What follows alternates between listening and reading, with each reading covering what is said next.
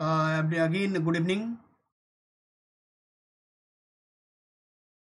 आज जो है प्रॉपर हम लोग यूपीएससी के लिए जो है खास तौर पे 2023 के जो पेपर्स है उसमें हम लोग देखने की कोशिश करेंगे। जो एग्ज़ाम मेरा आगामी आने वाला है उस एग्ज़ाम के लिए क्या हम कुछ लॉजिकल वे से, कुछ एलिमिनेशन टेक्निक से, कुछ जो तुक्केबाजी की जो बात होती है, जो कुछ आप जानते हैं कि on the basis of knowledge आप बहुत से बहुत 30 से 35 क्वेश्चंस आप सही कर पाते हैं। देन लेकिन 35 क्वेश्चन सही करने मात्र से आपके रिजल्ट बनते नहीं हैं। उसके लिए आपको रिजल्ट बनाने के लिए जो है तकरीबन उसके बाद का जो मार्क्स गेन करना होता है उस गेनिंग पर ध्यान रखना पड़ता है। ठीक है, तो इसी को ध्यान में रख करके हम बात करेंगे कि क्या हम उस पर बेसिक तौर पे नॉलेज इनपुट नहीं डालना है। आज हम लोग सिर्फ और सिर्फ उस तुक्केबाजी की जो बात की जाती है उस पर हम देखेंगे कि क्या उस पर हम टेस्ट में भी काम कर सकते हैं कि नहीं, साथ में पेपर में आखिर काम करते हैं तो कैसे काम करते हैं। इसीलिए आज प्रॉपर 2023 और 2022 के पेपर्स पर हम आपको दिखाएंगे कि हम लोग कैसे काम करते हैं। ठीक है, चलते हम अपने पेपर की ओर चलते हैं। आप जानते ही हैं खासतौर पे प्रीलिम्स के लिए एक आज वर्तमान दौर में एक टफ हो गया है। इसमें आप अपने मार्क्स को कैसे इन्हांस करते हैं, इन चीज़ों पर ज़्यादा फोकस करना चाहिए जिससे कि आपका अंततः क्या हो, एक मार्क सिक्योर हो। अब देखिए, सबसे पहले टारगेट कीजिए इस क्वेश्चंस के ऊपर कि जो आपके पास 2023 का पेपर दिख रहा है। ठीक है, तो 2023 का पेपर दिख रहा है, उस 2023 के पेपर में हम एक एक जो बेसिक क्वेश्चंस है उस क्वेश्चन पे आपके साथ बात करेंगे डायरेक्ट। इसमें नॉलेज इनपुट नहीं लगाना है। फर्स्ट वाले क्वेश्चंस पे देखिए और डायरेक्ट आंसर करने की कोशिश करेंगे कि इसका आंसर क्या होना चाहिए। देखिए क्या है क्वेश्चन में कि झेलम नदी बुलर झील से होकर जाती है, यानी नॉर्मल एक लग रहा है बेसिक स्टेटमेंट है। ठीक है, तो बेसिक स्टेटमेंट को हम लोग सही मान के चलते हैं। दूसरा कहता है कृष्णा नदी सीधे, ये सीधे को काउंटर कीजिए। ठीक है, आपके पास प्रश्न हो तो प्रश्न पर भी घेरा मार सकते हैं आप। ठीक है, प्रश्न आपके पास हो तो प्रश्न पे भी घेरा मार सकते हैं। तो सी लिखा हुआ है कि कृष्णा नदी सीधे कोलेडू झील को भरण करती है, यानी फीड करने का काम करती है।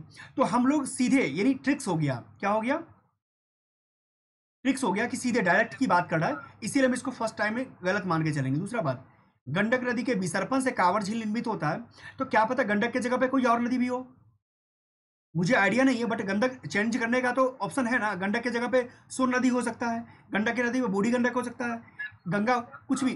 तो फर्स्ट टाइम में इसको गलती करके जाए, इसका आंसर क्या हो जाएगा मेरा, इस अनुसार से एक हो जाएगा।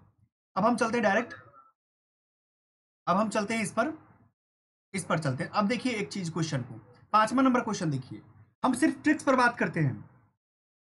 मेरे पास आपको पता है कि सेट नंबर क्या है, सेट नंबर ए है, 2023 का पेपर है और यूपीएससी का पेपर है। ठीक है, अब देखते हैं सेट नंबर में क्या है कि आप यहाँ देखिए प्रश्न में लिखा हुआ है कि समुद्र स्तर में पुनरावर्ती गिरावट का सर्वोत्तम उदाहरण है जिससे वर्तमान समय की सुविस्तृत कच्छ भूमि, क्या बात हो रही है, कच्छ भूमि उत्पन्न हुई है। यहाँ पर देखिए ऑप्शन में भी कच्छ लिखा हुआ है, तो मैं मान के चलता हूँ कि अगर कॉमन सोचने वाला भी क्या कर लेगा, इस ऑप्शन के साथ जा सकता है। तो डायरेक्ट कच्छ को देख करके कच्छ इसका आंसर कर सकता है। इसका आंसर, मेरा आंसर आ गया। अब हम चलते हैं नेक्स्ट क्वेश्चन। हम सिर्फ और सिर्फ आप बता रहे हैं हम आपको कि कितने क्वेश्चंस टोटल है जिस पर हम ट्रिक्स और तुक्केबाजी अप्लाई कर सकते थे और मेरा सही हो सकता है। अब चलते आगे, चलिए।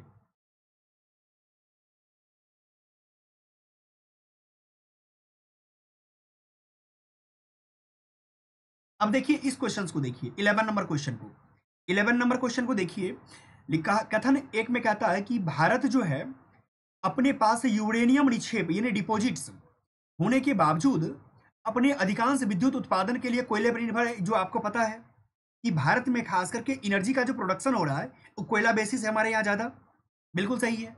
दूसरी बात क्या लिखा है कि विद्युत उत्पादन के लिए कम से कम 60% तक एनरिच्ड यूरेनियम का होना आवश्यक है। आप बताइए, मैं आपसे पूछ रहा हूं कि अगर आपने फर्स्ट ऑप्शन में कहा कि कोयले पर निर्भर है तो दूसरा ऑप्शन में 60% यूरेनियम कैसे हो सकता है। आप एग्जाम में सोच सकते हैं ना ऐसे। बिल्कुल बिल्कुल, मैं उस पर भी बात करूंगा कि आखिर डिजिट है। एक तो पहला ट्रिक्स आपका कहता है कि डिजिट है, ये डिजिट के कारण भी गलती कर सकते। दूसरा बात, जब यहां पर बोल रहा है कि कोयला का पर निर्भर है तो आखिर भला, जैसे आप जानते हो कि वाइस वर्सा, मतलब अगर एक सही है तो निश्चित रूप से दो गलती होना पड़ेगा उसको। ठीक है, तो अगर यूरेनियम की जगह इसको गलती कर देते हैं तो मेरा आंसर क्या आ गया, एक सही दो गलत, तो इसका मतलब मेरा सी आंसर आ गया। अब हम चलते 12 नंबर पे। अब देखिए इसको, क्वेश्चन को क्या क्या लिखा है इसमें कि शिशुधानी स्तनी यानी मार्सुपियल्स की बात हो रही है। मार्सुपियल्स प्राकृतिक रूप से भारत में नहीं होते हैं। ठीक है, अब चलते हैं कि मार्सुपियल्स के बारे में आपने पढ़ा होगा, कंगारू के बारे में, कि कंगारू ऑस्ट्रेलिया का क्या है, ऑस्ट्रेलिया का है कंगारू। ठीक है, अगर हम मार्सुपियल्स की बात करें तो कंगारू का नाम आपको आता होगा, ध्यान, कंगारू और ऑस्ट्रेलिया का नाम आता होगा। तो चलिए भारत में नहीं है तो चलिए ठीक है। अब कहता शिशुधानी केवल क्या लगा है, केवल लगा है, परभक्षी रहित पर्वतीय घास स्थलों में ही पनप सकते हैं। केवल लगा है यानी केवल जब ये आने के बाद हम लोग को कान खड़ा कर लेना चाहिए। ठीक है, तो अगर मैं मेरा ट्रिक्स है तो ये ट्रिक्स के बेसिस पर क्या हो सकता है, गलत। तो अगर एक सही है दो गलत, मेरा आंसर क्या आ गया, सी आ गया, सी आ गया। चलते हम आगे, चलते हम आपको आज प्रॉपर पूरे क्वेश्चंस में यही दिखाएंगे हम आपको कि देखिए कि कहां कहां पर आपको समझना चाहिए, सोचना चाहिए कि नहीं यहां पर ये ऑप्शन लग रहा है, यहां सोचा जा सकता है। अब देखिए इस क्वेश्चन को, देखिए 16 नंबर क्वेश्चन को, आपके पास पेपर है ना राहुल? 16 नंबर में देखिए, 16 नंबर में क्या है, मशरूम वाले में कुछ कुछ कुछ लगा है, कुछ लगा, यानी कि आप जानते हैं कि जहां पर भी सम लगा हो वहां पर भी हम लोग को सोचने की जरूरत है कि आखिर अगर मान लिया जाए कि कुछ भी, अगर एक भी ऑप्शन अगर मान लिया जाए इस चीज को एप्लीकेबल हो जाएगा, यानी औषधीय गुण हो जाएगा मशरूम में, तो ये ऑप्शन क्या हो जाएगा, सही हो जाएगा। कुछ भी मशरूम, अगर एक भी मशरूम अगर मान लिया जाए साइटो एक्टिव गुण रखता है तो वो सही हो जाएगा। कीटनाशक अगर एक भी हो सकता है तो वो सही हो जाएगा। जैव संधि जो बायोल्यूमिनेसेंट की बात कर रहा है कि अगर प्रकाश की बात, तो ये सही हो जाएगा। यानी इस बेसिस पर मैंने बिना नॉलेज का, विदाउट नॉलेज में इसको क्या कर सकता हूं, 4 मार सकता हूं। ठीक है, यही आपको, जब भी आप टेस्ट देंगे तो इस चीज को जरूर गौर कीजिएगा, आपको सही मिलेगा। ठीक है, अब हम चलते हैं आगे नेक्स्ट वाले क्वेश्चन पे। 17 नंबर क्वेश्चन को देखिए। 17 नंबर क्वेश्चन में क्या कहते हैं, भारतीय गिलहरी, आप देखते होंगे अपने आसपास के गिलहरी को, कहता है भारतीय गिलहरी के बारे में निम्नलिखित कथन पर बात कीजिए। वे कहता है वे भूमि में बील बनाकर अपनी नीर का निर्माण करती है, यानी कि एक बच्चे या अंडे देने का काम करती है। बिल्कुल सही बात है, क्योंकि आप जानते हैं कि आपको देखे होंगे अपने जंगल झाड़ में या आस पड़ोस में गिलहरी बील बना के रहती है। ठीक है, वे कहता है अपने भोज्य पदार्थ में जैसे कि नट, दृष्ट फल और बीजों की भूमि के अंदर जमा, अगर मान लीजिए कोई भी व्यक्ति, अगर हम तुलना करते हैं एक व्यक्ति के तौर पे या किसी भी जानवर के तौर पे, तो आप देखते होंगे कि अधिकांश जानवर क्या करता है कि अपना भोजन अपने बच्चे के लिए या खुद के लिए एक जगह सुरक्षित जमा करता है, जमा करता है ना। तो एक इस आधार से क्या हो सकता है, यहां पर जमा करने की बात दो सही है। तीसरा, वे सर्वभक्षी है। सर्वभक्षी का मतलब होता है कि पौधा, अगर कोई प्लांट भी खा सकता है, कोई फल भी खा सकता है, और समय पड़ने पर ऐसा लगा तो वो कीड़े मकोड़े भी खा सकता है, तो ये सही है। इस आधार पे हम देखें तो क्या हो रहा है मेरा, तीन सही। अब देखिए हम नेक्स्ट चलते हैं।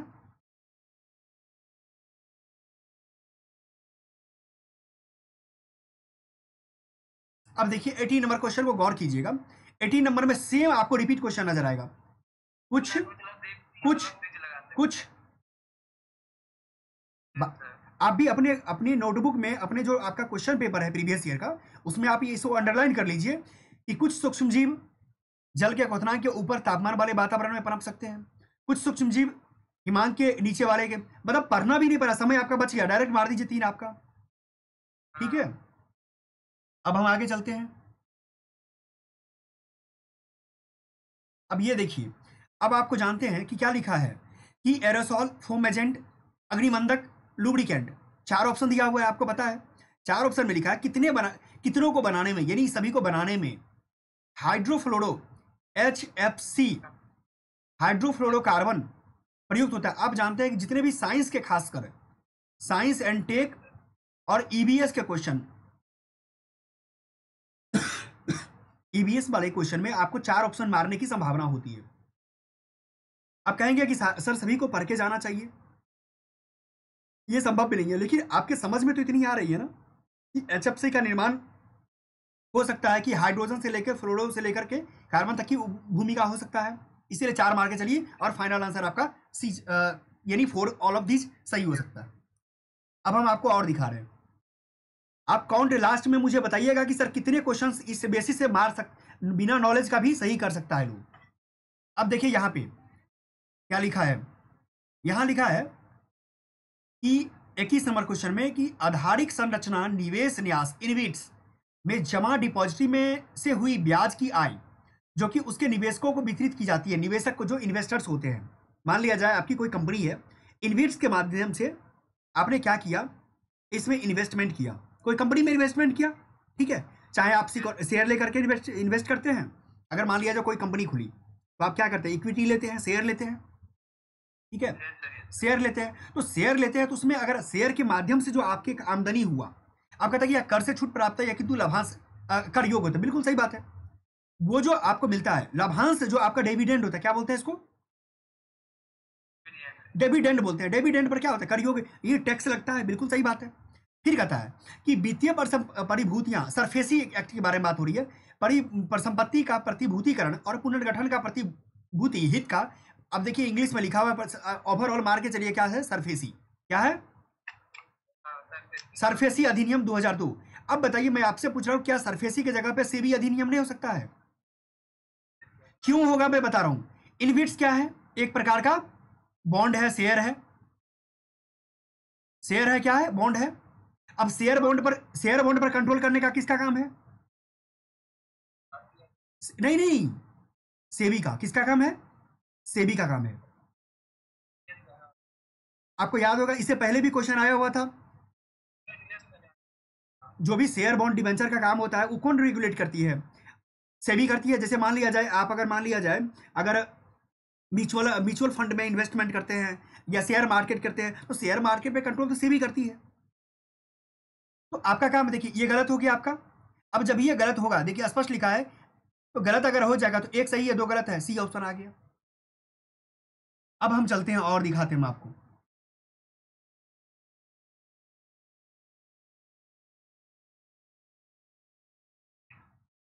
ट्वेंटी 27 नंबर क्वेश्चन पे आइए।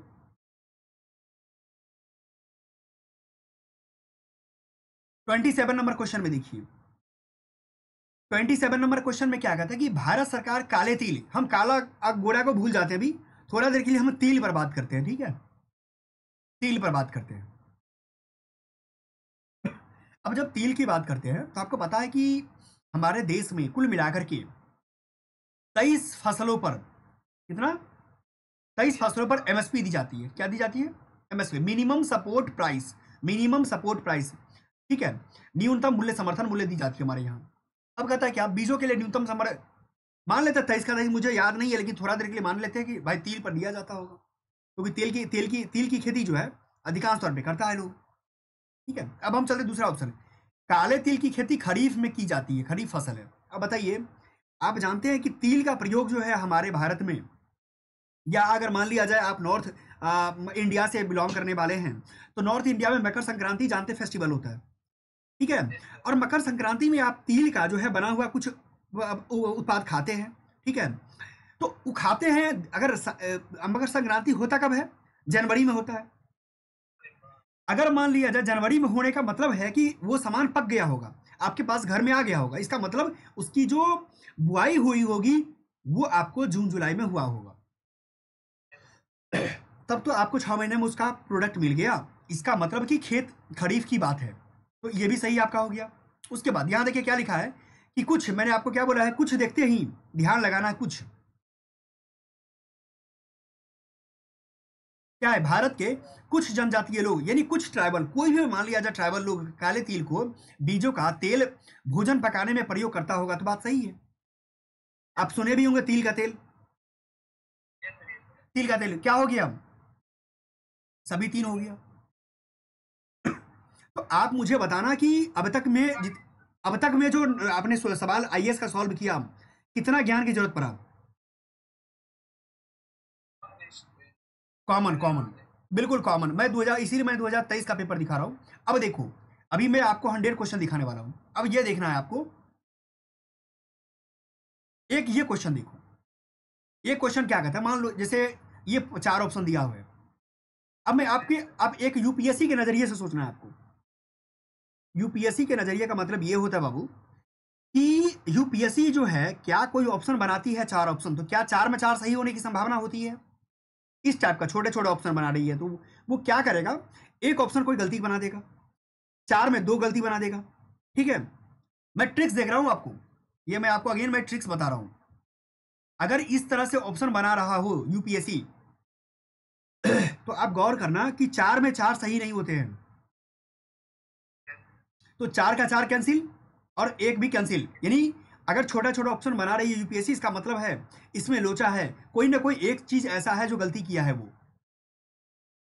ठीक है, तो 4 गलती कर दिया मैंने और एक भी गलती कर दिया, कोई एक भी सही नहीं होगा, 4 भी सही नहीं होगा, तो कोई ना कोई 50-50 पर पहुंच गया ना, या तो 2 मार दो या तो 3 मार दो। ठीक है, इसमें जो है खास तौर पे ये अमूर्त में जो है लिखा हुआ है, ये मालसूची जो है मूर्त का है। ठीक है, इसीलिए इसका आंसर क्या हो जाएगा, 3 हो जाएगा। बट मैं आपको इतना सहयोग कर दिया कि आपको 50-50 पे पहुंचा दिया। अब 50-50 मारोगे तो प्रोबेबिलिटी में जानते हो प्रायिकता में क्या होता है, सही होने के चांसेस तो बनेगा ही बनेगा। अब चलो, अब हम आपको एक चीज और दिखाते हैं, इस क्वेश्चन को पढ़ो। 33 नंबर क्वेश्चन, 33 नंबर क्वेश्चन क्या कहता है, कहता है निम्नलिखित में से कौन सा एक कथन किसी देश के संविधान, क्या है, कॉन्स्टिट्यूशन, देश के संविधान के मुख्य प्रायोजन को सर्वोत्तम रूप से प्रतिबिंबित करता है। यानी क्या कहने का तात्पर्य ये है कि कौन सा ऐसा इसमें पॉइंट्स है जो कॉन्स्टिट्यूशन के बारे में बता रहा हो। आप याद कीजिए, इससे पहले क्वेश्चन आया हुआ है, कॉन्स्टिट्यूशन से रिलेटेड क्वेश्चन था। तो जब कॉन्स्टिट्यूशन की बात करते हैं तो आता है लिमिटेड गवर्नमेंट होनी चाहिए, क्या होनी चाहिए, लिमिटेड गवर्नमेंट होनी चाहिए और मैक्सिमम गवर्नेंस होनी चाहिए। ठीक है, तो लिमिटेड गवर्नमेंट की बात हो रही है, तो यहां देखिए क्या लिखा है, सरकार की शक्तियों को परिभाषित और सीमाबद्ध करना, क्या करना, लिमिटेड करना, लिमिटेड करना। बात वही है, सॉरी, तो यही बात है, संविधान के मुख्य प्रयोजन के तौर पे यही है कि जो लिमिटेड क्या होना चाहिए, गवर्नमेंट होनी चाहिए और मैक्सिमम गवर्नेंस होनी चाहिए, यानी लोगों तक जो है फैसिलिटी ज्यादा पहुंचाइए और व्यक्ति कम होना चाहिए, इसीलिए सी आंसर हो गया। तो अगर प्रीवियस ईयर पेपर को भी देखेंगे, आज का जो खास तौर पे मैं आपको एक बात बता रहा हूं, खास तौर पे अगर हम एक बात करें आपको जो आप समझ और बेहतर तरीके से समझ पाएंगे शायद, कि आज का जो बेसिक तौर पे जो आपके साथ ये जो खास तौर पे डिस्कशन है, ये डिस्कशन से आप इतना समझ पाएंगे कि अगर हम कॉमन तरीके से अगर किसी पेपर को हम देखें तो भी आप क्या कर सकते हैं, सही कर सकते हैं। आपको लगा होगा अभी तक में जितने आपने सॉल्व किया बहुत ज़्यादा दिमाग की जरूरत पड़ा नहीं पड़ा होगा। ठीक है, तो कहने का मतलब यूपीएससी के पेपर को समझने के लिए डरना नहीं है पहले, कि पेपर को देखने मात्र से डर जाएंगे कि आखिर क्या होगा मेरे साथ। कॉमन तरीके से मैं जो जो चीज़ नोट करवा रहा हूँ ना, आप क्या करना, नोट कर लेना और नोट करने के बाद उस पर प्रैक्टिस करना। मैं एक फिर से कहता हूँ, ये फॉर्मूला हो सकता है कि 10 में 10 नहीं लगेगा, बट आपको इतना सहयोग जरूर करेगा एग्जाम के अंतर्गत कि आपको प्री करवा देगा। प्री में वैसे भी आपको पता है कट ऑफ कितना होता है, प्री का कट ऑफ कितना होता है, अंडर 100 चला गया कट ऑफ, तो 200 में 200 तो, हाँ 200 में 200 तो लाना नहीं है, तो आपको प्री पास करवाने में इसकी सहयोग बहुत मिलेगा। ठीक है, चलते हैं हम और जो रिमेनिंग क्वेश्चन है उस पर चलते हैं। अब देखिए, अब 33 आपने देख लिया, अब हम आगे चलते हैं।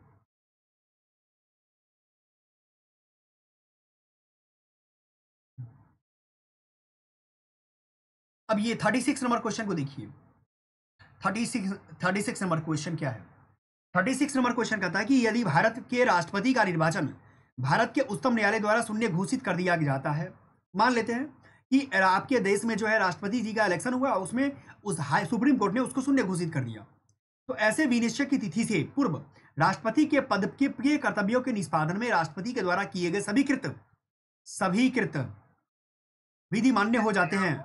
गलत है सर, क्या है, गलत है, यानी ये ट्रिक्स भी कहता है सभी लगा है, सभी नहीं होता है।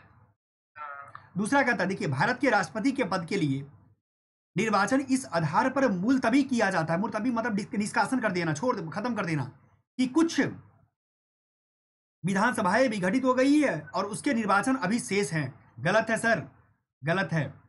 अगर मान लिया जाए आपके देश में 28 राज्य है, अगर किसी भी राज्य में 2 केंद्र शासित प्रदेश में आपके विधानसभा है, अगर मान लिया जाए किसी भी एक राज्य में अगर मान लिया जाए अगर विधानसभा अगर विघटित है, तो क्या आप राष्ट्रपति के चुनाव को मुलतवी कर देंगे, खत्म कर देंगे? नहीं, गलत है। ठीक है, ये भी गलत हो गया।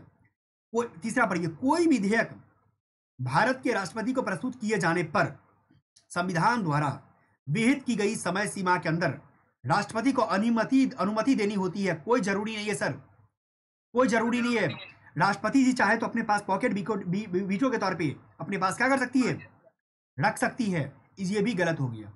यानी थोड़ा सा दिमाग लगा, इतना तो आप समझ में आ गया कि दो गलत है तो एक पर, या तो आप इतना समझ में आ गया कि दो नहीं होगा, तीन नहीं होगा, या तो एक मारेंगे या तो डी मारेंगे। आपको पता है राष्ट्रपति के बारे में, पॉकेट वीटो के बारे में, तो आप डी निश्चित तौर पे मारेंगे। ठीक है, तो आप देखिए कहां तक पहुंच गए आप। ठीक है, अब चलते हैं नेक्स्ट क्वेश्चन पे।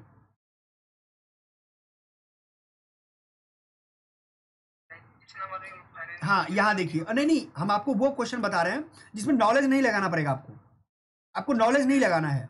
अब देखिए ये 39 नंबर क्वेश्चन देखिए, भारत में अनुसूचित क्षेत्र शेड्यूल्ड एरिया की बात कर रहा है। जैसे आपको अभी पता होगा हाल ही में जो एक इसी क्षेत्र को लेकर के बातचीत चल रही है, कहाँ पे, लद्दाख में। ठीक है, अब यहाँ देखिए इस ऑप्शन को देखिए, इसी राज्य के भीतर इसी क्षेत्र की अनुसूचित क्षेत्र के रूप में अधिसूचना राष्ट्रपति के एक आदेश के माध्यम से होता है। ठीक है, मान लिया जाए राष्ट्रपति के एक आदेश होगा। अनुसूचित क्षेत्र के रूप में बनने वाली सभी प्रशासकीय की इकाई क्या है, जिला होता है, और सबसे छोटी इकाई ब्लॉक के रूप में गांव के समूह है। चलिए मान लिया जाए, वो भी सही है। अब कहता है संबंधित राज्यों के मुख्यमंत्री से अपेक्षित है कि वे राज्यों के अनुसूचित क्षेत्रों के प्रशासन के विषय पर केंद्रीय गृह मंत्रालय को रिपोर्ट। अब बताइए, मैं आपसे कह रहा हूं, अगर आप जान रहे पहला ऑप्शन में राष्ट्रपति की बात कर रहा है और दूसरा ऑप्शन में क्या कर रहा है, मुख्यमंत्री आ रहा है और गृह मंत्रालय आ रहा है, तो यहां पर क्या हो रहा है, विरोधाभास हो रहा है। अगर यहां पर मुख्यमंत्री की जगह क्या होना चाहिए, राज्यपाल होना चाहिए, और गृह मंत्रालय की जगह पे क्या होना चाहिए, भारत सरकार होना चाहिए। क्या भारत सरकार होना चाहिए। भारत सरकार में राष्ट्रपति अगर मान लिया जाए प्रतिवेदन करती है तो राष्ट्रपति यहाँ पर प्रतिवेदन के तौर पे आए। तो एक गलत हो गया, तीन गलत हो गया, और जब तीन गलत हो गया दो सही है तो आप टिक मार देंगे। मैं कॉमन लॉजिकली दिखाता हूं कि कैसे क्रॉस चेक करेंगे। एक गलत है तो इसका एक सही है, इसका मतलब एक विरोधाभास हो रहा है, एक गलत होगा। ठीक है, अब देखिए नीचे 40 नंबर क्वेश्चन को, 40 नंबर क्वेश्चन को देखिए। 40 में क्या कहता है, कथन एक कहता है कि भारत के उच्चतम न्यायालय ने अपने कतिपय निर्णयों में विचार किया है कि भारत के संविधान के अनुच्छेद 16 4 सॉरी आर्टिकल 16 क्लॉज 4 के अधीन बनाई गई आरक्षण नीतियां प्रशासन की दक्षता को बनाए रखने के लिए अनुच्छेद 355 द्वारा सीमित होती है। नहीं मालूम मुझे, अभी पहली दफा में मुझे नहीं मालूम, क्योंकि आर्टिकल्स लोग याद नहीं करते हैं। लेकिन ये मैं फिर भी कहूंगा कि आर्टिकल 16 इससे पहले भी क्वेश्चन आया हुआ है, और जब खास तौर पे फंडामेंटल राइट को आप जरूर तैयार करके जाएं, फंडामेंटल राइट को जरूर तैयार करके जाएं। नेक्स्ट कहता है कि भारत के संविधान का अनुच्छेद 355 संविधान प्रशासन की दक्षता पद को परिभाषित करता है। क्या करता है, परिभाषित करता है। और याद रखिए, आज नहीं बल्कि इससे पहले भी कई दफा क्वेश्चन आ चुका है, जब भी कॉन्स्टिट्यूशन के बारे में देखिए परिभाषित करता है तो वो गलत होता है। क्या है, गलत है, 99% वो गलत है। क्यों, क्योंकि आपको पता है कि जिस समय कॉन्स्टिट्यूशन का निर्माण हुआ था उस समय खास तौर पे इसलिए बनाया गया था कि आप एक ओवरऑल जो कॉम्प्रिहेंसिव वे में उसको तैयार किया गया था कि बाद में आने वाले एक्ट के माध्यम से जो खासकर विधायिका है वो क्या करे, उसमें एड ऑन करते रहे। तो परिभाषित करने वाला जब भी बात आएगा आपके टेस्ट में या आपके एग्जाम हॉल में, आप उसको क्या मानेंगे, गलत मानेंगे। एक गलत, एक सही, एक गलत, क्या होगा इसका आंसर, सी हो जाएगा। अब हम आगे चलते हैं। अब इस क्वेश्चन को देखिए आप, 42 नंबर क्वेश्चन को, 42 नंबर क्वेश्चन कहता है प्राचीन भारत के बारे में, इतिहास के क्वेश्चन है। आज हम टोटल क्वेश्चन आपको दिखा रहे हैं कि पेपर में कितने क्वेश्चन हैं ऐसे जो आप बना सकते हैं। स्तूप संकल्पना मूलतः, राउंड कीजिए, मूलतः, मूलतः बौद्ध संकल्पना नहीं, उससे पहले भी था। क्या है, हड़प्पा कल्चर से भी था। ठीक है, हड़प्पा से भी था। तो मूलतः एक क्या आपको दिख रहा है कि एक गलत होने की परंपरा दिख रही है। दूसरी बात, स्तूप आमतौर पर अवशेषों का निक्षेपागार है, बिल्कुल सही बात है। स्तूप में क्या करते हैं, उसका जो किसी के बॉडी का जो आप एक रखते हैं, अवशेष रखते हैं, वही तो आप स्तूप में डालते हैं। तीसरा कहते हैं कि बौद्ध परंपरा में स्तूप एक संकल्प अर्पित या स्मारक संरचना है, बिल्कुल सही बात है। जो भी बौद्ध परंपरा हो, एक व्यक्तिगत तौर पर वर्तमान में भी अगर कोई चीज को स्तूप बना रहा है या स्मारक बना रहा है तो मान के ही तो चलता है कि एक उसका क्या है, संकल्प है, उसके जीवन का क्या है, एक याद करने का एक तरीका है। एक गलत हो गया ट्रिक्स के कारण एक गलत हो गया, दो सही हो गया, यानी ऑप्शन दो सही है। अब हम आगे चलते हैं। 43 में आइए। अब देखिए 43 में मैं इसको कैसे आपको बताया था एक बार। आप देखेंगे रिसेंट ट्रेंड में, खासतौर पे इतिहास में, कोट पूछने का ज्यादा पैटर्न है, तट पूछने का ज्यादा पैटर्न है। आप यहाँ लिखा कोरकई, कुम्पुहार और मुरिची। मुझे कुछ नहीं मालूम, मैंने तो खैर आप लोगों को बताया हुआ है कि ये कहाँ कहाँ है, बट मुझे अभी कुछ नहीं मालूम। बट मुझे पता है कि राजधानी नगर नहीं होगा, लौ इस्पात का केंद्र नहीं होगा, जैन तीर्थंकरों का चैत्य नहीं होगा, और पैतन होगा। ठीक है। और आपको देखिए यहाँ पर जैन तीर्थंकरों का चैत्य से संबंधित आप चैत्य देखेंगे तो चैत्य और बिहार भी आप देख लीजिएगा, क्योंकि ये यूपीएससी ने पूछ लिया है कि चैत्य और बिहार में क्या अंतर है। ठीक है। तो कहने का मतलब जब क्वेश्चन को एंकरिंग करते हैं तो इस नजरिए से भी देखिए कि चैत्य क्या अगर दिया है तो क्या है, चैत्य का मतलब होता क्या। आगे चलते हैं। आज तो मैंने सोच लिया नॉलेज लगाना नहीं है, सिर्फ टिक्स टेक्निक पे आप क्वेश्चन डील कीजिए और यही आपको डर हटाएगा। डर को भगाने का यही एक तरीका है, समझ गए। अब देखिए next 47 number question. 47 number question क्या कहता है कि आत्मा केंद्र जो केवल जो है जंतु और पादप जीवन की संपदा नहीं है। आत्मा क्या है? आत्मा जो है जंतु और पादप जीवन की संपदा नहीं है, बल्कि शिलाओं, प्रवाहित जलधारा और अन्य अनेक प्राकृतिक वस्तुओं की भी है, जिसमें क्या है जो अन्य धार्मिक संप्रदाय जीवित नहीं मानते। अब देखिए जब आत्मा का आपके विचार आया तो आपने यहां देखा क्या कि आखिर कौन सा धार्मिक संप्रदाय है जो मूलभूत विश्वास में प्रतिबिंबित करता है, यानी आत्मा में। तो आप जानते हैं कि आत्मा को आत्मवादी कौन है, प्रकृति के कौन है? जैन परंपरा है। कौन है? जैन परंपरा है। ठीक है। तो ये तो आप जानते हैं कि बौद्ध तो मानता ही नहीं है आत्मा को, कहता है कि जो भी करना है इसी जन्म में कर लो। ठीक है, अनात्मवादी है, तो इसीलिए इसका जन्म हो गया। यानी कहने का मतलब एक बार भी अगर कोई व्यक्ति लूसेंट भी पढ़ा होगा तो इसका आंसर को, इस क्वेश्चन को क्या कर लेगा, आंसर कर ले जाएगा। चलिए आगे भी चलते हैं।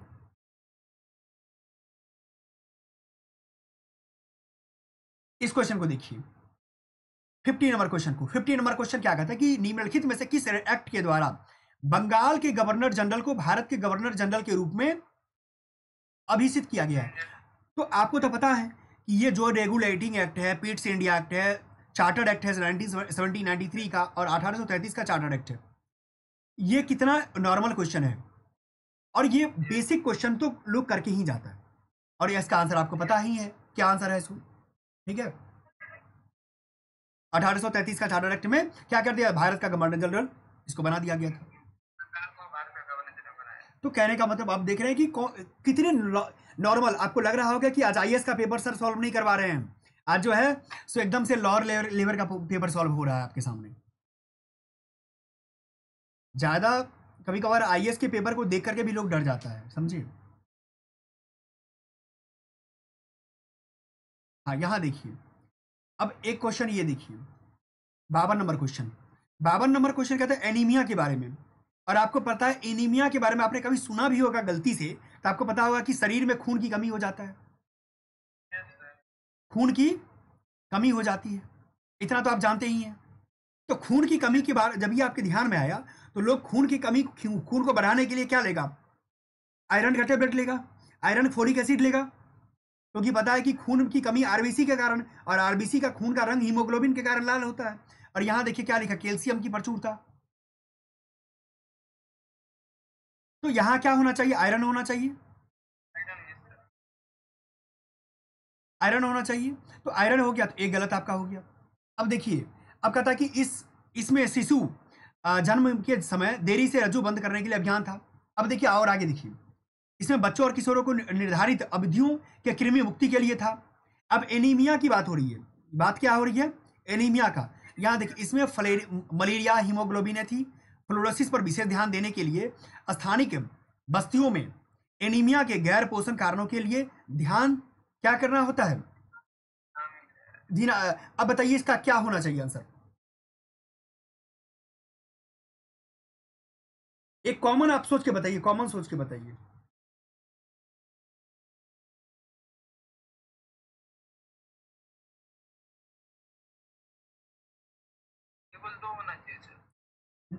नहीं देखिए बता रहे हैं, अगर आपने एक गलती किया है तो सबसे पहली बात एनीमिया, अगर मान लिया जाए ये भी क्या है, शिशु जन्म के बारे में रज्जुबंध। रज्जुबंध क्या होता है जानते हैं? रज्जुबंध हम उसको बोलते हैं प्लेसेंटा को। क्या बोलते हैं? प्लेसेंटा को।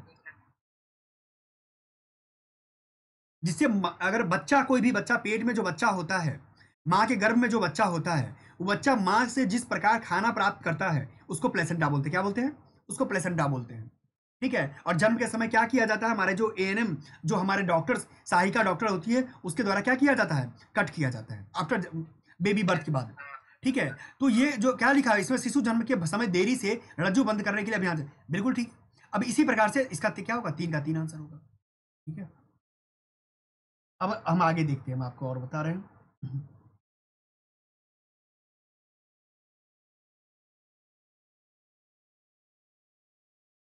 देखिए किस प्रकार से क्वेश्चन बनते हैं। सो लोग इन चीजों को कभी मतलब क्वेश्चन को देखता भी नहीं होगा, पढ़ता भी नहीं होगा, लेकिन देखिए आपके सामने क्या क्या क्वेश्चन आ रहा है। एनीमिया से क्वेश्चन किस प्रकार से आ रहा है, जननी सुरक्षा क्वेश्चन से किस प्रकार आ रहा है।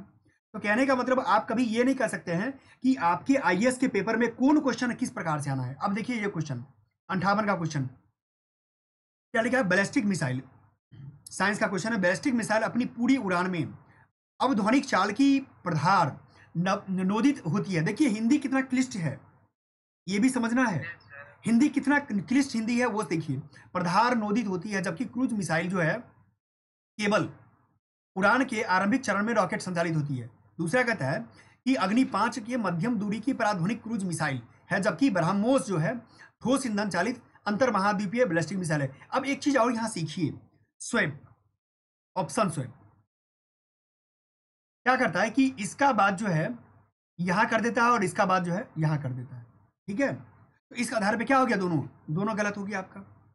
तो ये सीखना है, जहां भी जबकि लगा हो ना, तो थोड़ा देर के लिए गौर कीजिएगा, क्या ऐसा संभव है? समझ पा रहे हैं मैं क्या कहना चाहता हूं? जहां भी आपके प्रश्न में जबकि लगा हो, देखिए दोनों में जबकि लगा है। और दो, अच्छा एक बात और, जबकि भी लगा, दो जबकि क्यों लगाते हैं? दो वाक्य को जोड़ने के लिए, दो वाक्य को जोड़ने के लिए। और दो वाक्य को जोड़ने के लिए लगाते हैं, इसका मतलब हो सकता है ना कि कोई एक वाक्य इसमें का इसमें कर देंगे और इसमें का इसमें कर देंगे। तो इसी कारण से दोनों गलती है। स्वैप, इसको ऑप्शन स्वैप बोलते हैं। ठीक है। अब हम और दिखा रहे हैं, ये गलती हो गया आपका। इसका आंसर क्या होगा फाइनल? डी आंसर हो गया, यानी इनमें से कोई नहीं।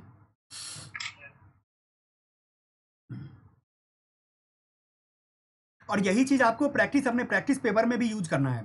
और करके देखिए, फिर टेस्ट दीजिए, फिर मुझे बताइएगा कि टेस्ट में कितना मार्क्स आ रहा है इसको।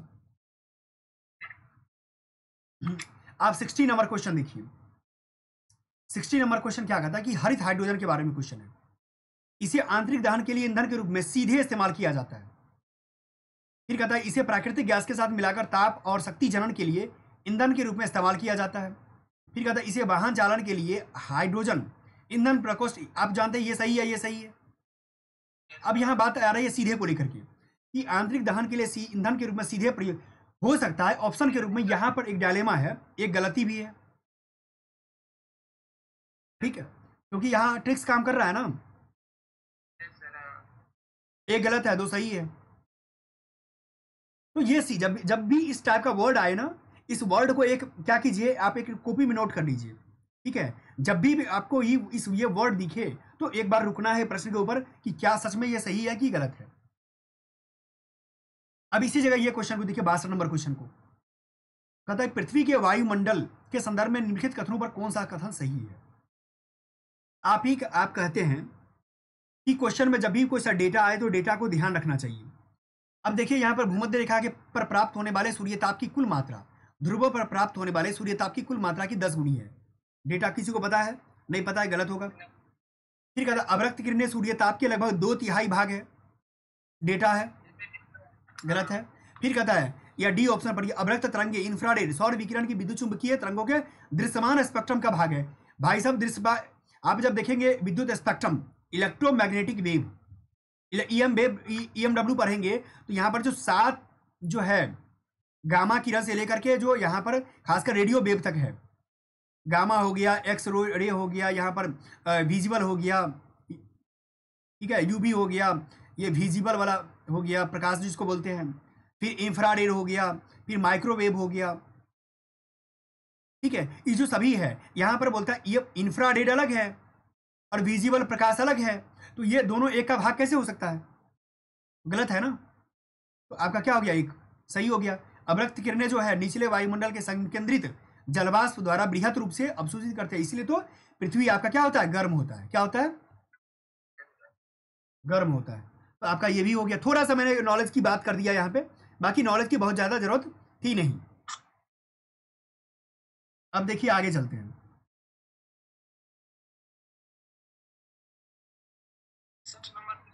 हाँ 63 नंबर क्वेश्चन को देखिए। कहता है कि कथन एक में कि उस, हाँ 63 नंबर में देखिए, उष्णकटिबंधीय वर्षा वनों की मृदा पोषक तत्वों से भरपूर क्या है? अब देखिए उष्णकटिबंधीय वर्षा वन होगा तो बहुत ज्यादा वर्षा होगा ना यहाँ पे, तो वर्षा होगा तो यहाँ पर जो ऊपरी परत होगा ये तो यहाँ से बह जाएगा ना, तो बह जाएगा तो पोषक तत्व, मृदा में पोषक तत्व भरपूर कैसे होगा? गलत है। और जब एक गलत है तो भाई साहब दूसरा पढ़ना ही नहीं है आपको। एक गलत दो सही मतलब डी ऑप्शन। एक बात याद रखना राहुल, इस वाले ऑप्शन में एक दिमाग का बहुत अच्छा भी हुआ कि अगर आपको एक पता चल गया ना एक गलत है तो दूसरा ऑलरेडी सही हो जाएगा। ठीक है, तो ये भी काम करेगा आपको। अब यहां क्वेश्चन देखो, 66 नंबर क्वेश्चन को देखो।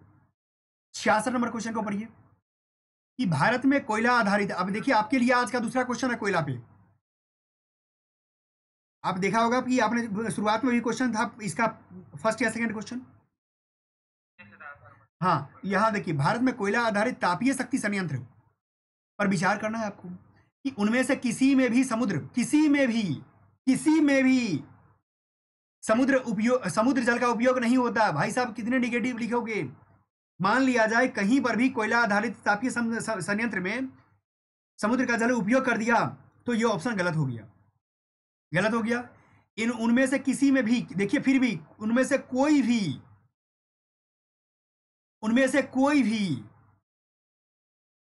देख रहे हैं, all negation, all negative statement, all negative statement क्या होता है? गलत होता है।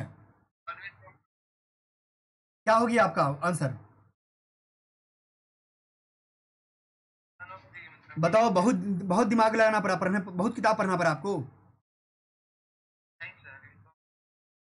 आप खुद सोचना ना कि मतलब कोई भी भारत में ऐसा जो है तापीय संयंत्र नहीं होगा, इलेक्ट्रिक प्रोजेक्ट नहीं होगा जहां पर समुद्र की पानी का जरूरत होता होगा, जल संकट वाला जिला होगा या निजी स्वामित्व में नहीं होगा। चलो आगे चलते हैं।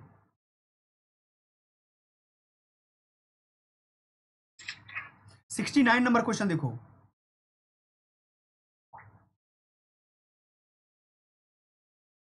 अब ये 69 इस टाइप के क्वेश्चन को देखो, मतलब कि जहां पर ए बी सी डी इस तरह के ऑप्शन दिया हो, ठीक है, ए बी सी डी करके ऑप्शन दिया हो तब देखो। सॉरी। अब देखो क्या लिखा है, एरियल मेटाजोनोमिक्स। क्या लिखा है? एरियल मतलब क्या होता है? वायु, नहीं नहीं, वायु, एरियल। अब देखो यहां क्या लिखा है, वायु। मिलाओ अपने क्वेश्चन में भी इस तरीके से जैसे मैं करता हूं वैसे मिलाओ, गोला गोला घसो। अब देखो ये एरियल और एरियल, हवा हवा मिल गया ना। अब देखो अगर मान लिया जाए फर्स्ट बार में अगर आपको कोई नई जानकारी इसके बारे में है तो ए ऑप्शन मान के चलो सही हो जाएगा। मैं कहता हूं कुछ नहीं मालूम है फिर भी एरियल से एरियल मान के चलो। मेटा जीनोमिक्स, जीनोम, जीनोम क्या है? जीनोम बायोलॉजी का भाग है ना, बायोलॉजी में डीएनए आता है ना। अब देखो पहला ऑप्शन में डीएनए भी लिखा हुआ है, मतलब कहने का मतलब, प्रश्न बनाने का तरीका समझे कि जब भी इस टाइप के प्रश्न आए तो वर्ड के साथ खेलना कि वर्ड कहाँ मैच हो रहा है। एरियल मेटाजीनोमिक्स के साथ खेलो, कहाँ पर आपको एरियल टाइप का मिल रहा है, मेटाजीनोमिक्स टाइप का मिल रहा है। जीनोम मतलब जीनोम, बायोलॉजी मतलब डीएनए, एरियल मतलब हवा, हवा मतलब वायु। मिल गया ना। चलो आगे चलते हैं। इसमें देखो फिर से डीएनए, माइक्रो सैटेलाइट 70 नंबर। अब सोचो डीएनए आया, अब इस पर थोड़ा दिमाग लगाओ, क्या हो सकता है? डीएनए लिखा है, अब फिर से लिखा है माइक्रो सैटेलाइट, प्राणी जात की विभिन्न जातियों के बीच विकासपरक अध्ययन संबंधों का अध्ययन। सोचो, स्टेम कोशिकाओं में विविध प्रजाकारात्मक उत्तकों के रूपांतरित होने के लिए उद्दीप्त करना, उद्यान कृषि के पादपों के क्लोनी प्रसार को संबंधित करना। अब अच्छा बताओ एक बात, डीएनए और आरएनए से किसी भी, अगर मान लिया जाए अगर किसी का डीएनए, क्या डीएनए फिंगरप्रिंटिंग क्या होता है? डीएनए फिंगरप्रिंटिंग क्या होता है? किसी भी हाँ बता रहा हूं, किसी भी मान लिया जाए पुलिस के द्वारा किसी भी अपराधी को पकड़ना हो तो डीएनए फिंगरप्रिंटिंग के माध्यम से पकड़ लेते हैं। यानी क्या? दो व्यक्ति के बीच में अंतर पैदा करना हो, मान लो ये दो व्यक्ति है, इस दोनों व्यक्ति के बीच में हम अंतर पैदा करना है कि भाई साहब चोरी ये किया है या ये किया है, तो हम अगर दोनों व्यक्ति, हाँ दोनों व्यक्ति का डीएनए टेस्ट कर लेते हैं तो पता चल जाएगा ना। यानी कहने का मतलब कि प्राणी जात का मतलब क्या हुआ? किसी व्यक्ति, प्राणी जात के विभिन्न जाति के बीच विकासपरक संबंधों का अध्ययन करना। बिल्कुल ए ऑप्शन सही है। 1 मिनट वेट दो।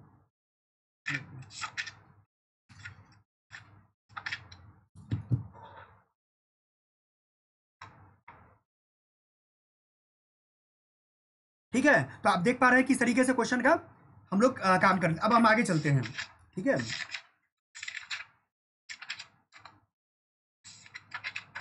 जब आगे आप देखेंगे प्रश्न को इसी तरीके से तो आपको और समझ में आएगा कि क्या इस तरीके से इस प्रश्न को किस तरीके से बनाना चाहिए, ठीक है। आपको और समझ में आएगा इस प्रश्न के बारे में। अब देखिए इस प्रश्न को देखिए कि अब आगे देखेंगे कितना नंबर क्वेश्चन है? 70 नंबर आपका क्वेश्चन हो गया। अब चलिए 71 नंबर क्वेश्चन पे क्या करना है। 71 नंबर क्वेश्चन पे अब देखिए,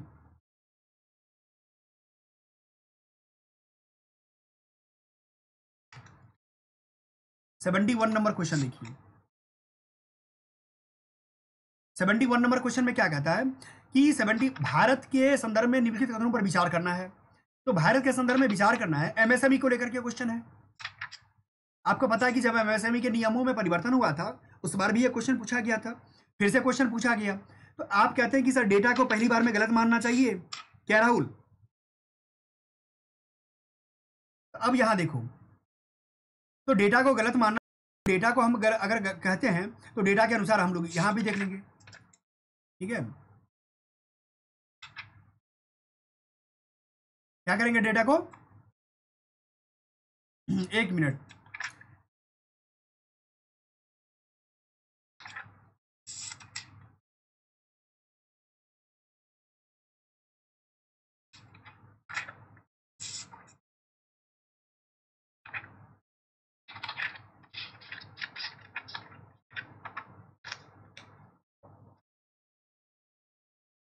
हाँ 1 मिनट, हाँ अब देखिए प्रश्न को देखने, अब मैं दिखा, 1 मिनट रुक जाइए। तो सबसे बड़ी बात है प्रश्न को जिस तरीके से देखते हैं उस प्रश्न पर ध्यान देना पड़ता है कि 71 नंबर क्वेश्चन में, आप 71 नंबर क्वेश्चन को देखिए एक बार अगेन, ठीक है। 71 नंबर क्वेश्चन को देखिए, आपको और समझ में आ जाएगा कि 71 नंबर क्वेश्चन में क्या बात की गई है, ठीक है।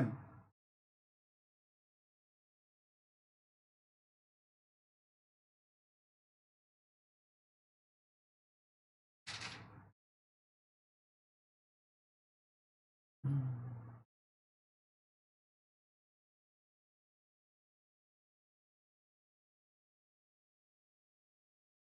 71 नंबर क्वेश्चन में देखो,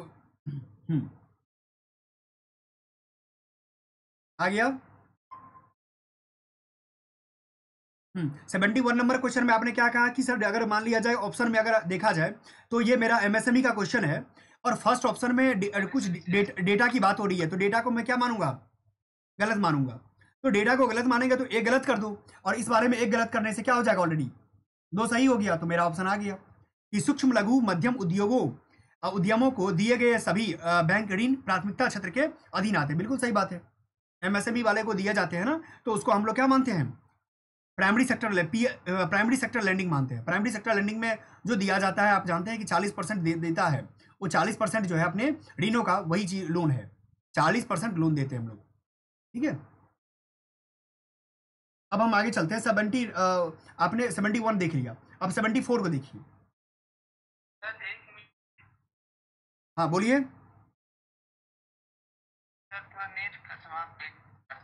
आपका नेट समाप्त हो गया क्या?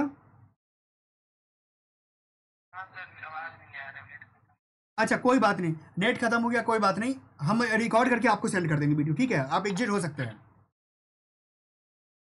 चलिए, तो अब देखिए यहां जो क्वेश्चन बोल रहा है कि 71 नंबर क्वेश्चन,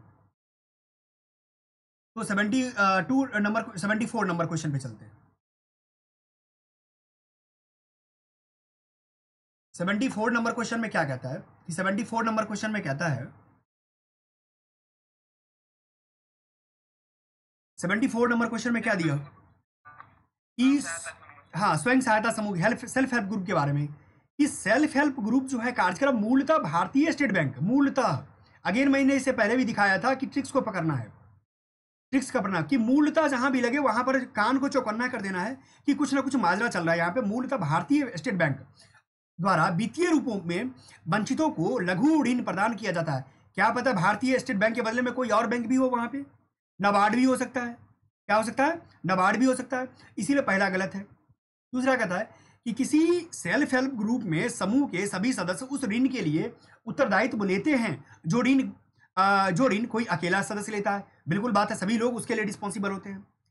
फिर कहता है कि क्षेत्रीय ग्रामीण बैंक और अनुसूचित वाणिज्यिक बैंक सेल्फ हेल्प ग्रुप को समर्थन देता है। बिल्कुल देता है समर्थन, ठीक है। इस बेसिस पर क्या हो गया आपका, दो सही है आपका। अब आगे चलिए, यानी मूलतः, मेरा मकसद था मूलतः दिखाना आपको। 77 नंबर क्वेश्चन को देखिए।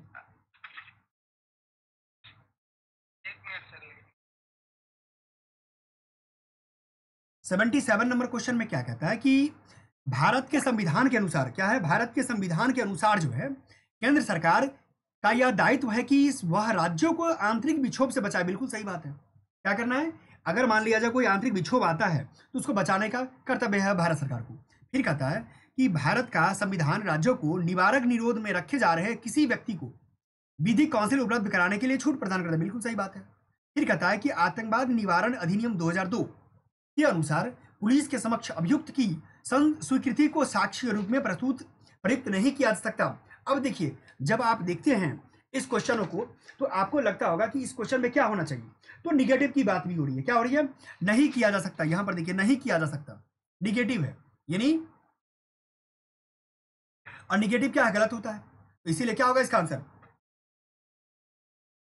दो आंसर होगा, ठीक है। और आप इसका आर्टिकल्स भी देख सकते हैं, आर्टिकल्स भी देख लीजिएगा कि कौन से आर्टिकल्स में कोई भी राज्य सरकार को मदद करने के लिए जिम्मेदार होता है केंद्र सरकार।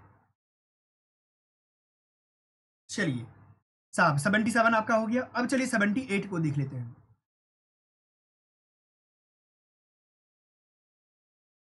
78 में क्या है कि मैंने उस दिन भी बोला था कि निम्नलिखित में से कौन सा देश दशकों से गृह कलह और खाद्य संकट से त्रस्त रहा है और हाल के वर्षों में, पिछले दिनों में अति गंभीर दुर्भिक्ष यानी अकाल, दुर्भिक्ष को क्या बोलते हैं, अकाल। तो आप देखेंगे तो अफ्रीका, जब भी आपके करंट के माध्यम से पढ़ने का मौका मिले तो अफ्रीका को सेंटर करके पढ़िए, क्योंकि हाल के वर्षों में अफ्रीका पर बेसिस क्वेश्चन बहुत पूछे जाने लगे हैं। तो ठीक है, तो अफ्रीका को देखिएगा। जब अफ्रीका देखेंगे तो आपको ऑलरेडी पता चल जाएगा कि अफ्रीका में कहाँ पर ऐसा हुआ है। तो आपको सोमालिया में ऐसा देखने को मिला है। ठीक है, सोमालिया जब पढ़ेंगे तो हॉर्न ऑफ अफ्रीका जरूर पढ़िए, हॉर्न ऑफ अफ्रीका जरूर पढ़िए, ठीक है। तो आपका ये क्वेश्चन बन जाएगा। अब देखिए 84 नंबर क्वेश्चन पे चलिए। 84 नंबर क्वेश्चन, 84 नंबर क्वेश्चन में क्या कहता है? 84 नंबर क्वेश्चन कहता है कि भारत की ध्वज संहिता 2002 के अनुसार भारत के राष्ट्रीय ध्वज के बारे में निम्नलिखित कथन पर बात करना है। अब यहां पर देखना है कि भारत के राष्ट्रीय ध्वज का एक मानक अमाप जो है, मानक स्टैंडर्ड मेजरमेंट 400 मिलीमीटर से लेकर के 600 से लेकर 400 के बीच में, यानी 600 मल्टीपल 400, 600/400 के बीच में। अब यहाँ कहता है ध्वज का जो लंबाई है से ऊंचाई चौड़ाई का अनुपात जो है 3:2 होगा। अब बात आता है कि सर 3:2 अगर आप देखें तो 3:2 कई तरह हो सकता है। मान लिया जाए 3:2 मल्टीपल करना शुरू कर दीजिए, 6:4 का भी हो जाएगा। अगर देखिए तो आप 3 से 3 3 जा 9 और 2 3 जा 6, इसका भी हो जाएगा ये। यानी कहने का मतलब कई सारा हो सकता है ना। 4 से देखें तो 4 3 जा 12 और 4 2 जा 8, इसका भी आपको ये हो सकता है। तो कहने का मतलब एक स्टैंडर्ड तो नहीं हो सकता है, एक स्टैंडर्ड तो नहीं हो सकता है, इसलिए गलत हो गया, एक सही हो गया। एक गलत एक सही से क्या आंसर बनेगा? एक गलत और एक सही से सी ऑप्शन बन जाएगा आंसर। ठीक, चलिए अब आगे चलते हैं।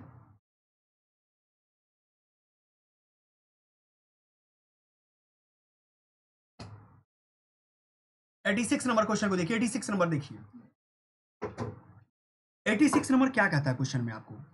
86 नंबर कहता है कि स्विट्जरलैंड जो है मूल्य के आधार पर स्वर्ण के अग्रणी निर्यातकों में से एक है। तो आप जब देखेंगे स्विट्जरलैंड को, जब स्विट्जरलैंड का विकिपीडिया कीजिएगा, तो स्विट्जरलैंड का विकिपीडिया कीजिएगा तो आपको और पता चलेगा कि क्या कहते हैं, वहां पर जो स्वर्ण के अग्रणी निर्यातक है, रियल में एक्सपोर्टर कंट्री है, एक सही है।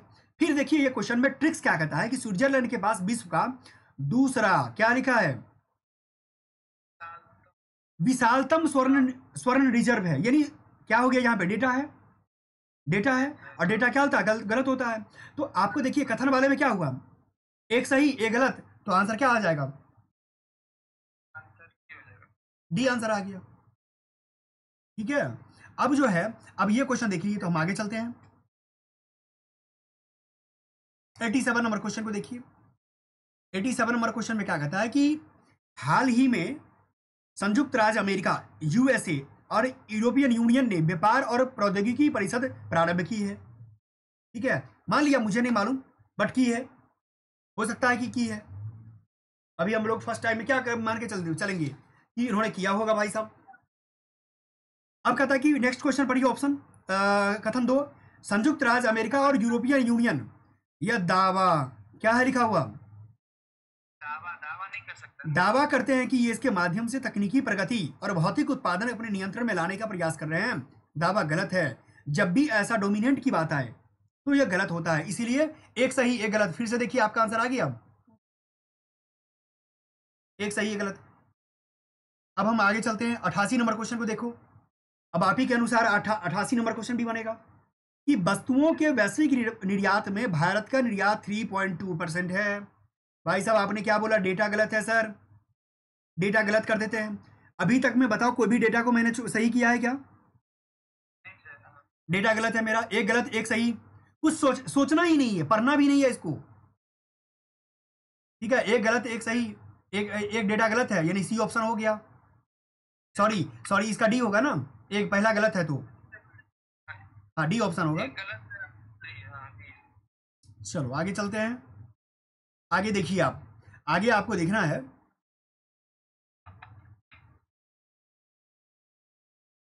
90 नंबर क्वेश्चन को देखिए। 90 नंबर क्वेश्चन, 90 नंबर क्वेश्चन में क्या कहता है कि हाल ही में संयुक्त राष्ट्र यूनाइटेड नेशंस के सभी सदस्यों ने अंतर्राष्ट्रीय प्रवास के लिए अभी तक की पहली संविदा, देखिए आपको प्रश्न में लग रहा होगा बहुत जोर देना पड़ रहा है, सभी देश अभी तक की पहली संविदा सुरक्षित व्यवस्थित नियमित प्रवास के लिए वैश्विक, सभी देश अभी तक की मतलब लग रहा है हाँ गलत है। अब देखिए एक गलत हुआ, अब क्या लिखा है फिर, जीसीएम में अभी कथित, मान लिया जाए एक गलत आपके पास मिल गया, तो इतना तो पता चल गया ना इस प्रश्न में। एक गलत होने के बाद क्या हो गया, एक पता चल गया कि आपका सभी का सभी 3 नहीं होगा, और कोई हाँ। अब जब ये मालूम चला अभी 3 नहीं होगा, तो अभी और पढ़िए कि प्रतिबद्ध यूएन के सदस्यों को पर बाध्यकर है, यहां पर देखिए बाध्यकर लगा दिया है, ये भी गलत है, ये भी गलत है। आपको पता चल गया 2 गलत हो गया, यानी ये भी गलत हो गया आपका।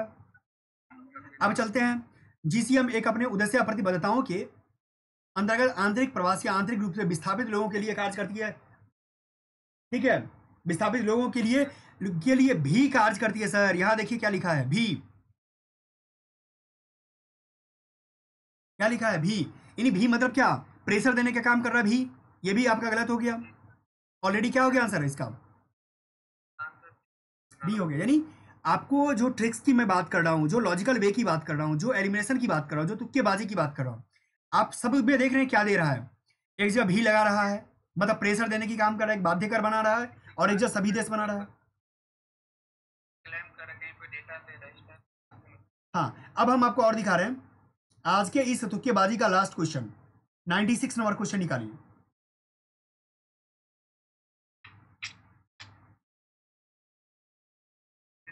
96 नंबर क्वेश्चन देखिए क्या लिखा है। आपको पता है कि 96 नंबर यूपीएससी की तैयारी करने वाले विद्यार्थी जो है स्पोर्ट्स के बारे में बहुत ज्यादा पढ़ के नहीं जाता है, लेकिन यहाँ पर स्पोर्ट्स के बारे में क्वेश्चन आया है। ठीक है, कि 44वें शतरंज ओलंपियाड 2022 के बारे में पहले, लेकिन ये बात ये है कि अब 24 में जो एग्जाम आएगा तो क्या उसमें भी सर स्पोर्ट्स से पूछा जाएगा, आपका कहना रहेगा। तो अब हम देखते हैं इसको क्या है। सो क्वेश्चन है कि यह पहली बार था जब शतरंज ओलंपियाड भारत में आयोजित किया गया। पहली बार, नहीं मालूम मुझे, पढ़ के देखते हैं आगे।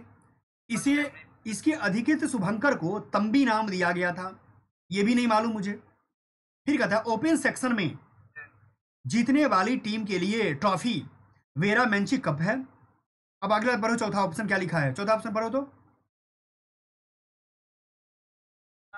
महिला विभाग में जीतने वाली टीम के लिए ट्रॉफी हैमिल्टन रचल कप। अब देखो दोनों में अंतर, देखो क्या है अंतर, कॉमन देखो, अंतर देखो कि ओपन सेक्शन में जीतने वाली टीम के लिए ट्रॉफी, यहां लिखा महिला विभाग में जीतने वाली टीम के लिए ट्रॉफी।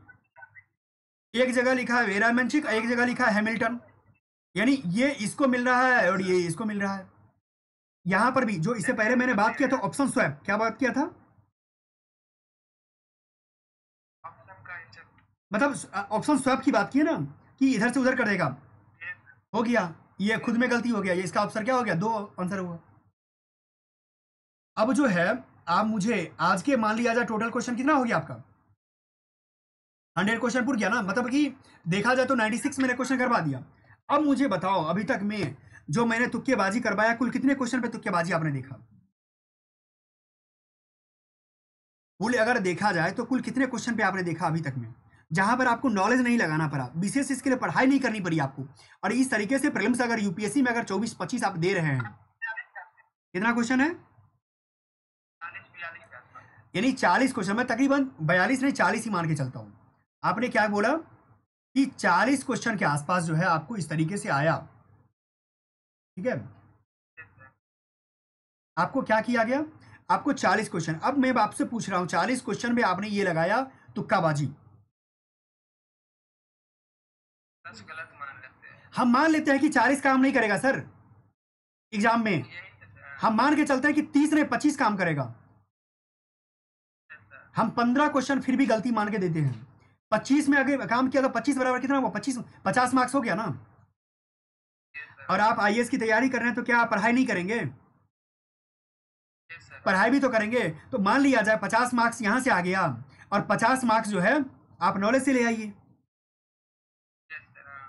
50 मतलब 25 क्वेश्चन नॉलेज से पास कर लीजिए, मतलब 50 क्वेश्चन सही करके आप क्या कीजिए, प्री पास कर जाइए। मैंने नॉलेज से 100 में 25 क्वेश्चन करने हैं, और तुक्केबाजी 25 आपका हो गया। जिस साल 2023 में बोल रहा है कि तुक्केबाजी काम नहीं कर रही है, गेस नहीं काम कर रहा है, लॉजिकल खत्म कर दिया है, वहां पर मैंने आपको टोटल का टोटल ऑप्शन में दिखाया है कि जहां पर नॉलेज की जरूरत नहीं थी आपको। आपके जैसे विद्यार्थी जो आप अभी कह रहे हैं कि सर हम कोई और भी एग्जाम देना चाहते हैं, लेकिन ये 40 क्वेश्चन देखने के बाद क्या लगा कि नहीं सर, आपके कॉन्फिडेंस में एक बुछाल आया कि नहीं, जोश जगा कि नहीं।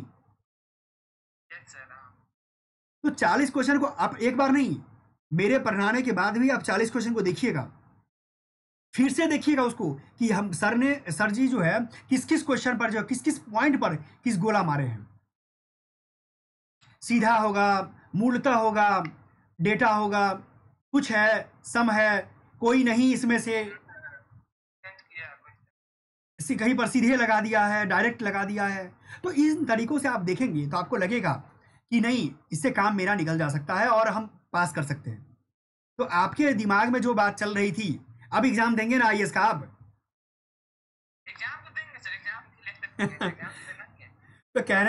तो कहने का मतलब आप समझ में आ गया होगा कि अब जो है सर, इस तरीके से अगर मेरा काम चले तो मुझे कोई दिक्कत नहीं है। एग्जाम तो देना ही है सर, बस कुछ अच्छा उसके लिए मैंने बता तो उसको भी दे दूंगा।